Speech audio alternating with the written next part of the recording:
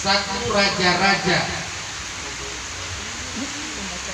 Satu Raja-Raja pasal 3. Satu Raja-Raja pasal 3 dibaca ayat 5 sampai pada ayatnya yang ke-12. Satu Raja-Raja pasal 3 ayat 5 sampai pada ayat 12. Saya akan baca firman Tuhan, adalah kita berkonsentrasi. Firman Tuhan berkata, di Gibeon itu Tuhan menampakkan diri kepada Salomo dalam mimpi pada waktu malam. Berfirmanlah Allah, mintalah apa yang hendak kuberikan kepadamu. Lalu Salomo berkata, engkaulah yang telah menunjukkan kasih setiamu yang besar kepada hambamu Daud ayahku, sebab ia hidup di hadapanmu dengan setia, benar dan jujur terhadap engkau, dan engkau telah menjamin kepadanya kasih setia yang besar itu, dan memberikan kepadanya seorang anak yang duduk di tahtanya seperti pada hari ini. Maka sekarang ya Tuhan Allahku, engkaulah yang mengangkat hambamu ini menjadi raja menggantikan Daud ayahku, sekalipun aku masih sangat muda dan belum berpengalaman. Demikianlah hambamu ini berada di tengah-tengah umatmu yang kau pilih, suatu umat yang besar yang tidak terhitung dan tidak terkira banyaknya. Maka berikanlah kepada hambamu ini hati yang paham menimbang perkara, untuk menghakimi umatmu dengan dapat membedakan antara yang baik dan yang jahat. Sebab siapakah yang sanggup menghakimi umatmu yang sangat besar ini? Lalu adalah baik di mata Tuhan bahwa Salomo meminta hal yang demikian. Jadi berfirmanlah Allah kepadanya, oleh karena engkau telah meminta hal yang demikian dan tidak meminta umur panjang atau kekayaan atau nyawa musuhmu, melainkan pengertian untuk memutuskan hukum, maka sesungguhnya aku melakukan sesuai dengan permintaan itu. Sesungguhnya aku memberikan kepadamu hati yang penuh hikmat dan pengertian, sehingga sebelum engkau tidak ada seorang pun seperti engkau, dan sesudah engkau takkan bangkit seorang pun seperti engkau. Itulah bagian firman Tuhan saat kita bersama-sama melaksanakan Taurat rohani.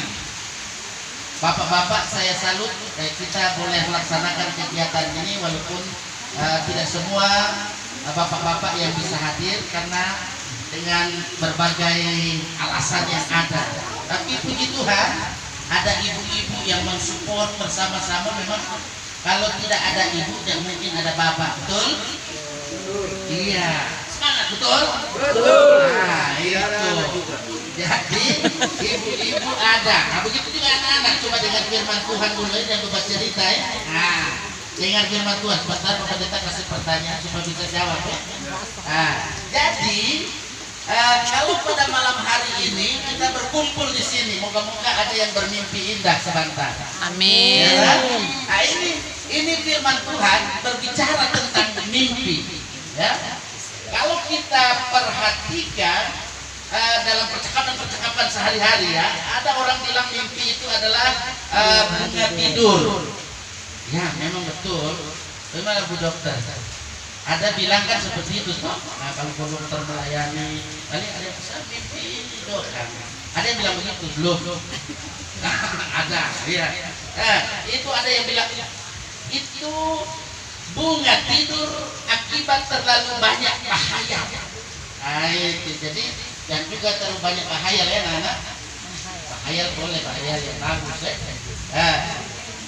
Ketika banyak menghayalkan sesuatu sampai pada hal-hal yang di luar batas kewajaran, Nah, ada seorang profesor, dia ahli psikologi, dia bilang definisinya mimpi itu seperti ini. Coba anak-anak bentar kamu kasih pertanyaan, kita tahu. Dia bilang mimpi sebagai bagian dari perasaan-perasaan yang terpendam di alam bawah sadar manusia yang tidak sempat keluar lewat media komunikasi, dalam hal ini kan mulut toh. Nah, sehingga ketika seorang tidur untuk melepas lelah muncul ke permukaan sebagai sesuatu yang mempengaruhi pikiran dan hati manusia sehingga seolah-olah benar-benar terjadi. Nah, itu. Dan sebentar kalau pas tidur terjadi sesuatu mimpi. Oh iya, definisi ini berkali terjadi itu. Tapi mari kita lihat kalau menurut kamus, ya, nah ada kamus besar bahasa Indonesia, arti kata mimpi itu mengandung dua makna. Dua makna itu apa? Yang pertama, sesuatu yang terlihat atau dialami dalam tidur. Nah ini, kalau misalnya saya sebentar tidur atau Dimas atau Noya dan seterusnya ya, apapun ya. Nah, ini dua arti yang ada ini, sesuatu yang terlihat atau dialami dalam tidur. Itu yang pertama. Yang kedua, sesuatu yang berupa angan-angan. Seorang psikolog, nah ini dia seorang psikolog Austria, dia keturunan orang Yahudi, namanya Sigmund Freud. Nah, kalau Bu Dokter pasti pernah dengar nama Sigmund Freud. Dia katakan bahwa mimpi merupakan pesan alam bawah sadar manusia yang abstrak terhadap alam sadar, sehingga pesan-pesan ini berisi ada keinginan, ada ketakutan, dan berbagai macam aktivitas emosi lain, hingga aktivitas emosi yang sama sekali tidak disadari. Nah, setiap mimpi itu bermakna. Nah, lihat kalau Sigmund Freud dia katakan setiap mimpi bermakna dan makna tersebut dapat digali melalui analisis. Nggak sembarang gitu, harus melalui analisis. Menurut Freud, ya, mimpi juga merupakan saluran pengaman bagi emosi manusia, di mana emosi atau perasaan yang ditekan selama terjaga, ya, ketika seseorang sadar itu dapat dikeluarkan secara sehat lewat mimpi. Sebentar itu pasti ada yang mimpi, ya. Mudah-mudahan ini punya makna. Bapak-bapak yang saya kasih Tuhan bersama ibu-ibu yang juga bersama sebagai partner, anak-anak juga yang boleh hadir saat ini. Nah, kita lihat di sini sekalipun dalam definisi umum bahwa mimpi hanyalah perasaan alam bawah sadar manusia atau yang biasa disebut sebagai bunga tidur, namun melalui mimpi kadang-kadang itu menjadi salah satu cara, ya, menjadi salah satu cara Allah, ya, dalam hal ini kita memperhatikan cara Allah yang luar biasa yang Ia nyatakan dalam kehidupan ini, supaya dalam kehidupan ini kita selalu hidup di dalam dan bersamanya, bersama Allah.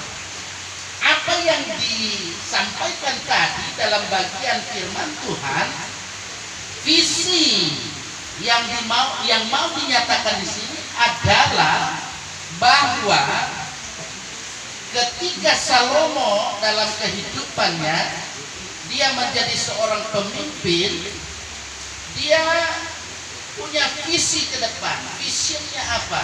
Dia punya mimpi, katakanlah seperti itu. Mimpinya apa? Dia punya mimpi. Oh, dalam hidup ini kekayaan tidak mungkin dia minta, kan? Kehormatan, umur panjang, dia tidak minta. Kan orang biasa umur panjang, gitu. Selalu kita doakan kalau hari jadi. Nah, umur panjang, sehat walafiat, semua orang suka itu. Tapi ini Salomo, nah, dia minta apa? Hikmat. Itu. Kalau dia punya hikmat, dia pemimpin. Nah, ini bapak-bapak adalah pemimpin di rumah, betul? Ada juga di masyarakat. Saya yakin jadi pemimpin di masyarakat. ketika dalam pengambilan keputusan etis terkadang memang amat sangat sulit. Ini juga begitu toh. Nah, harus minta hikmat juga sama dengan Salomo. Jadi minta hikmat supaya kita bisa mengambil satu keputusan yang tepat. Nah, itu yang benar. Kita ingat Salomo ketika dia mengambil satu keputusan yang tepat. Ibu, ada dua orang ibu ya, dia berebut bayi. Nah, ketika dia berebut bayi, kalau orang yang bingung yakin dia tidak tahu bagaimana caranya untuk mengambil satu keputusan, karena dua ibu ini saling mengakui, ini anakku, yang satu ini anakku, aduh, bingung pasti. Tapi karena hikmat yang Tuhan so kasih pada dia, Salomo, kalau begitu mari sini, bawa kemana itu anak? Ya kita mau jadikan dua ini, satu potong korngana, satu korngana. Nah, akhirnya yang punya bayi pasti kasihan dengan anaknya kalau dipotong kan? Dan ayah biar dia yang ambil itu sebenarnya anaknya sendiri. Itu hikmah luar biasa. Karena itu bapak-bapak yang ada, mari kita berhikmat dalam kehidupan ini. Ada banyak sekali tantangan dalam kehidupan rumah tangga kita. Ada banyak sekali pergumulan yang harus kita hadapi dengan rumah tangga. Baik kita dengan istri kita, dengan anak-anak kita, begitu juga ibu-ibu yang ada. Pasti kita dalam setiap menghadapi persoalan, problematika dalam hidup ini, kita terkadang bingung, harus bagaimana ya? Kenapa begini ya? Kenapa begitu ya? Mintalah hikmat dari Tuhan.